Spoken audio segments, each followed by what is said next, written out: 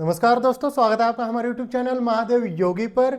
आज की वीडियो में हम बात करेंगे आंखों की रोशनी बढ़ाने वाली मुद्रा के बारे में। इसका नाम है रुद्र मुद्रा। जानेंगे रुद्र मुद्रा किसे करनी चाहिए, किसे नहीं करनी चाहिए, कब करनी चाहिए, कितनी देर के लिए करनी चाहिए, किस प्रकार से करनी चाहिए, क्या है इसके फायदे, इन सब के बारे में डिटेल्स में जानकारी लेंगे। तो चलिए शुरू करते हैं।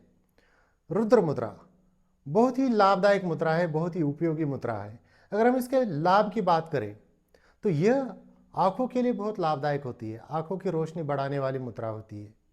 इस मुद्रा के अभ्यास से नकारात्मकता दूर हो जाती है, टेंशन डिप्रेशन दूर हो जाता है, सकारात्मक सोच आ जाती है।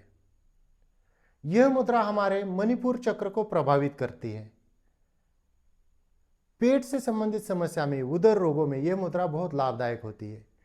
इंडाइजेशन की समस्या, कॉन्स्टिपेशन की समस्या, गैस की समस्या, इन प्रकार की समस्या में यह मुद्रा लाभ पहुंचाती है। इसी के साथ साथ वजन घटाने में भी यह मुद्रा लाभदायक होती है। यह मुद्रा नर्वस सिस्टम के लिए भी बहुत लाभदायक होती है। वेरिकोल वेन्स में भी यह मुद्रा लाभ पहुंचाती है।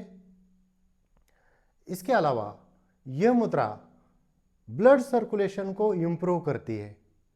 तो लो ब्लड प्रेशर वालों के लिए यह मुद्रा विशेष लाभदायक होती है।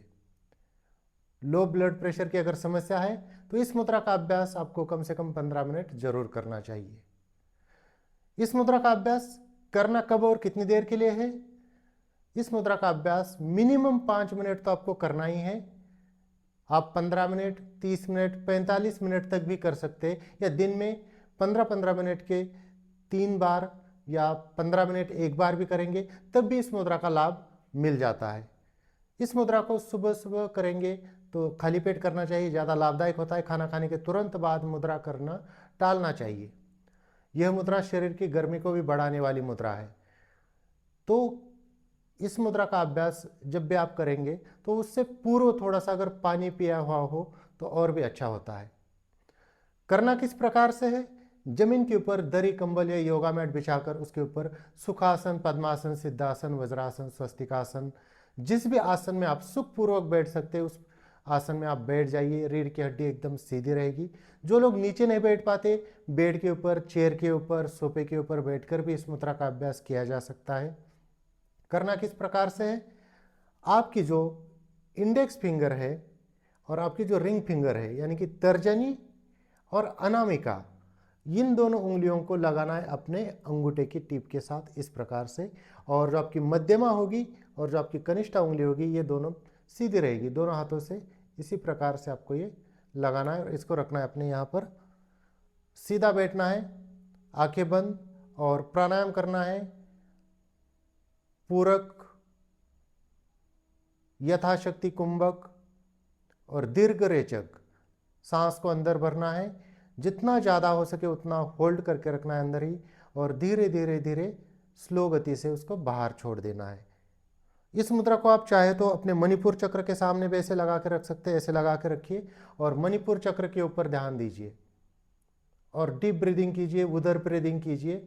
लंबी गहरी सांस भरनी है, यथाशक्ति सांस को अंदर होल्ड करके रखना है और आराम से सांस को दीर्घ छोड़ना है।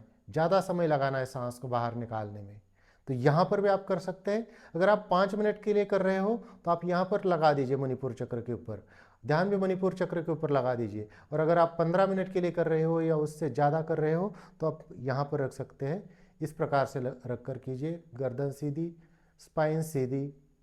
सांसों को आप मणिपुर चक्र के ऊपर भी लगाकर कर सकते हैं, या अपने अज्ञा चक्र के ऊपर भी लगाकर कर सकते हैं, या सांसों के ऊपर फोकस करते हुए भी कर सकते हैं। तीनों प्रकार से कीजिए, इस मुद्रा का लाभ ही होगा। तो दोस्तों, ये थी कुछ जानकारी रुद्र मुद्रा के बारे में। इसी प्रकार से और जानकारी के लिए हमारे चैनल को सब्सक्राइब कीजिए, इस वीडियो को लाइक कीजिए, अपने दोस्तों के साथ शेयर कीजिए। स्वस्थ रहिए, मस्त रहिए। धन्यवाद।